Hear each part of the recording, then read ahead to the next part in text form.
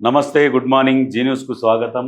ఈరోజు ముఖ్యమైన వార్తలు ఈనాడు పేపర్ తీసుకుందాం. ఫస్ట్ ఈనాడు పేపర్లో మన దళాలు పాకిస్తాన్ను మోకాళ్లపై నిలబెట్టాయి.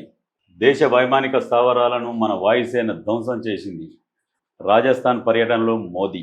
మెయిన్ ముఖ్యమైన వార్త ఏంటంటే మన దేవనపల్లి కవిత, నాట్ కల్వకుంట్ల కవిత.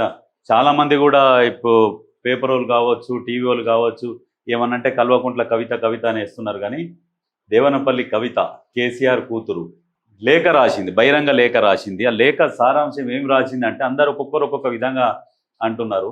డాడీ భాజపాను మరింత టార్గెట్ చేయాల్సిందేమో, తప్పు చేసిర్రు అన్నట్టుగా. ఆ పార్టీపై 2 నిమిషాలే మాట్లాడారు. భవిష్యత్తులో ఆ పార్టీతో పొత్తు ఉంటుందనే ఊహాగానాలు.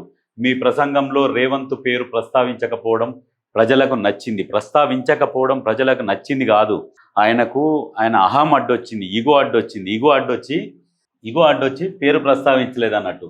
సభ విజయవంతంతో పార్టీ శ్రేణుల్లో ఉత్సాహం. సభ విజయవంతం ఎక్కడైంది? 10 లక్షల మందిని ఎక్స్పెక్ట్ చేసిర్రు.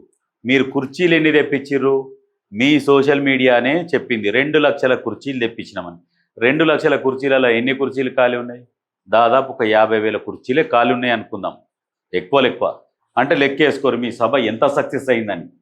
రజతోత్సవ సభ అనంతరం కేసీఆర్కు కవిత లేఖ. ఇందులోనేమో ఈ రకంగా ఉన్నది, ఇదే మ్యాటరు. ఇప్పుడు దీంట్లో చూద్దాం. దేంట్లో? ఆంధ్రజ్యోతిలో ఏమని ఇచ్చిర్రు?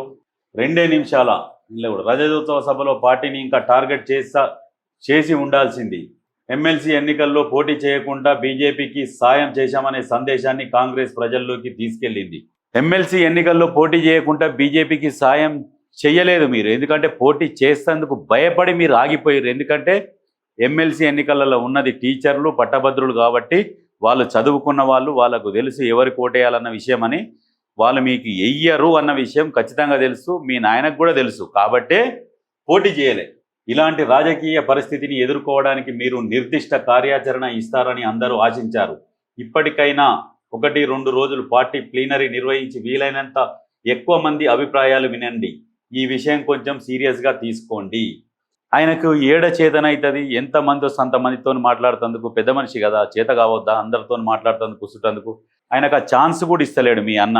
ఎంతసేపటికి ఆయనే ముందుండి, ఈయననే ఇప్పుడు కేసీఆర్నే వెనకేసి ఆయన ముందు ఉంటున్నాడు. ఎందుకంటే పార్టీని స్థాపించింది నేనే, మాదే పార్టీగా నేనే పెద్ద అన్నట్టుగా వ్యవహరిస్తుండడు.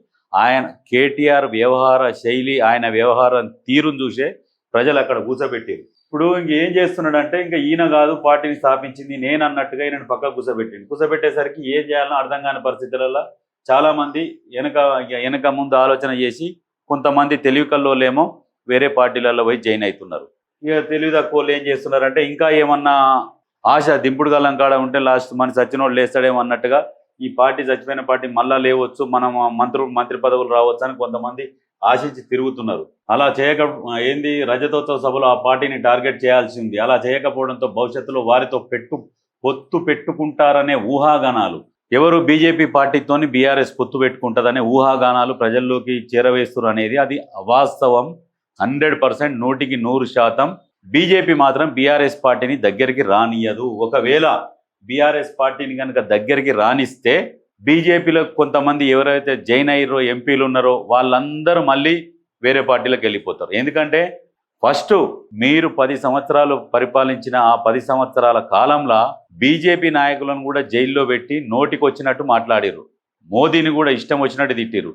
అట్లా తిట్టినప్పుడు బోడీ ఎప్పుడైతే తృతీయ ఫ్రంట్ అని స్టార్ట్ చేసినావో అప్పుడే బీజేపీకి మీకు చెడింది. నువ్వు ఆ ఫ్రంట్ స్టార్ట్ చేయకుండా ఉంటే బీజేపీ వాళ్ళు మిమ్మల్ని కలుపుకుందరో ఏమో, కానీ ఇప్పుడు మాత్రం 100% కలుపుకోరు. ఇంకొక విషయం, పిడుగు లాంటి వార్త బీఆర్ఎస్కు పిడుగు లాంటి వార్త ఏంటంటే, ఆంధ్రాలో ఉన్న కూటమి ప్రభుత్వం తెలంగాణ వైపు దూసుకొస్తున్నది. ఖచ్చితంగా రాజకీయంలో భారీ మార్పులు వస్తాయి. భారీ అంటే అతి భారీ మార్పులు వస్తాయి. చాలా మంది ఏమనుకుంటున్నారంటే, ఇక కొద్ది రోజులైతే ఇప్పుడు కేటీఆర్ ఏమంటున్నాడంటే, ఇప్పటికిప్పుడు ఎలక్షన్లు పెడితే మేము అధికారంలోకి వస్తాం అని మాట్లాడుతున్నాడు. అది ఒక పగటి కలనే. ఇప్పుడు ఆ కూటమి ప్రభుత్వం వస్తుంది, పవన్ కళ్యాణ్ చరిష్మాతోని యూత్ని అట్రాక్ట్ చేస్తారు. దాంతోపాటు బీజేపీ ఓట్ బ్యాంక్ ఉంటుంది. అట్లే తెలుగుదేశం ఓట్ బ్యాంక్ తెలుగుదేశానికి ఉన్నది. కాకపోతే వాళ్ళ అభ్యర్థులు లేక వాళ్ళు ఓట్లు వేస్తలేరు. ఇంకొక విషయం ఏంటంటే మెయిన్ తెలుగుదేశం వచ్చినాక వాళ్ళ ఓటర్లు కానీ వాళ్ళ నాయకులు కానీ గర్ వాపస్ బ్యాక్ టు పెవిలియన్ మళ్ళీ వచ్చేస్తారు.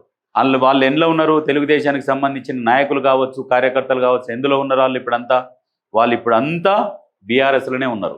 కాబట్టి వాళ్ళు మొత్తం బీఆర్ఎస్ని దాదాపు ఒక 50% అయితే ఖాళీ చేస్తారు. 70% ఉన్నా కానీ 50% మాత్రం బీఆర్ఎస్ ఖాళీ అవుతుంది. బీజేపీ, పవన్ కళ్యాణ్, జనసేన, టీడీపీ 3 కలిసి వచ్చేసరికి అక్కడ ఏమవుతుందంటే బీఆర్ఎస్ ఖాళీ అయిపోతుంది. నిజంగా వాస్తవానికి మీరు కూడా జనాలు ఆలోచించారు, కార్యకర్తలు, బీఆర్ఎస్ కార్యకర్తలు కావచ్చు, ఇంకా కొంతమంది నాయకులు కావచ్చు, ఆలోచించారు. బీఆర్ఎస్ నుంచి మల్లారెడ్డి కూడా ఖచ్చితంగా జంప్ అవుతాడు, హరీష్ జంప్ అవుతాడు, కవిత జంప్ అవుతుంది, ఈ అందరి.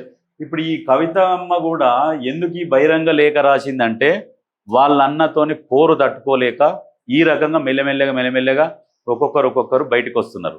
ఇప్పుడు వీళ్లకు కావాలి ఆశ. ఒక్కసారి వీళ్ళ అన్నకు పగ్గాలు ఇస్తే, పార్టీ పగ్గాలు ఇస్తే ఇంకా జీవితాంతం ఈమె ముఖ్యమంత్రి అనే ఆ పదం మీద, ఆశ మీద నీళ్లు చల్లుకోవాలి.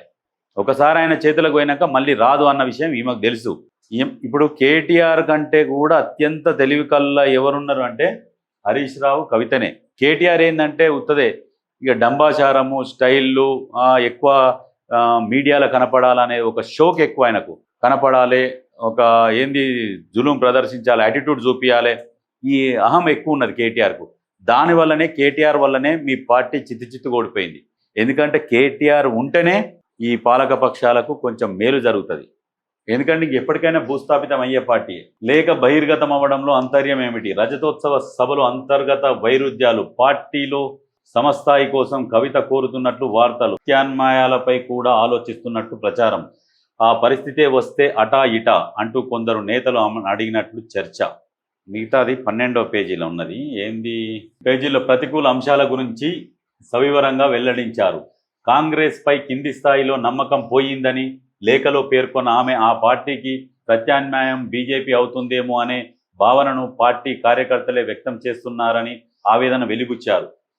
అయితే కాంగ్రెస్ పార్టీకి ప్రత్యామ్నాయంగా బీజేపీ అవుతుందేమో అనే భావనను పార్టీ కార్యకర్తలే వ్యక్తం చేస్తున్నారని ఆవేదన. అంటే ఇప్పుడు అర్థం ఏమైందంటే, ఇప్పుడు కవిత ఏం చెప్తుంది? చెప్పకనే డైరెక్ట్ చెప్తుంది, మన పార్టీని ఎవరు నమ్ముతలేరు, కాంగ్రెస్ పార్టీకి ప్రత్యామ్నాయంగా బీజేపీ ఉన్నదని డైరెక్ట్ కవిత చెప్తున్నది. ఇప్పుడు మీరు అర్థం చేసుకోరు ప్రజలారా.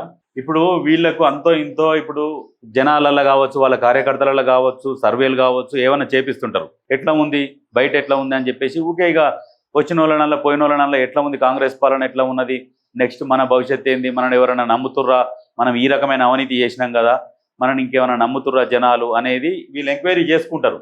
వీళ్ళు క్లియర్గా ఎంక్వైరీ చేసుకున్నాక ఏమైంది, కాంగ్రెస్ పార్టీకి ప్రత్యామ్నాయంగా బీజేపీ అని చెప్పేసి ఈమె చెప్తుంది క్లియర్గా. ఇంకేమంటుంది, ఎమ్మెల్సీ ఎన్నికల్లో పోటీ చేయకుండా బీజేపీకి సాయం చేశామని కాంగ్రెస్ పార్టీ బలంగా ప్రజల్లోకి తీసుకెళ్తుంది. కాంగ్రెస్ పార్టీ ప్రజల్లోకి తీసుకెళ్లాల్సిన అవసరం లేదు, అది అందరికీ తెలిసిన విషయమే.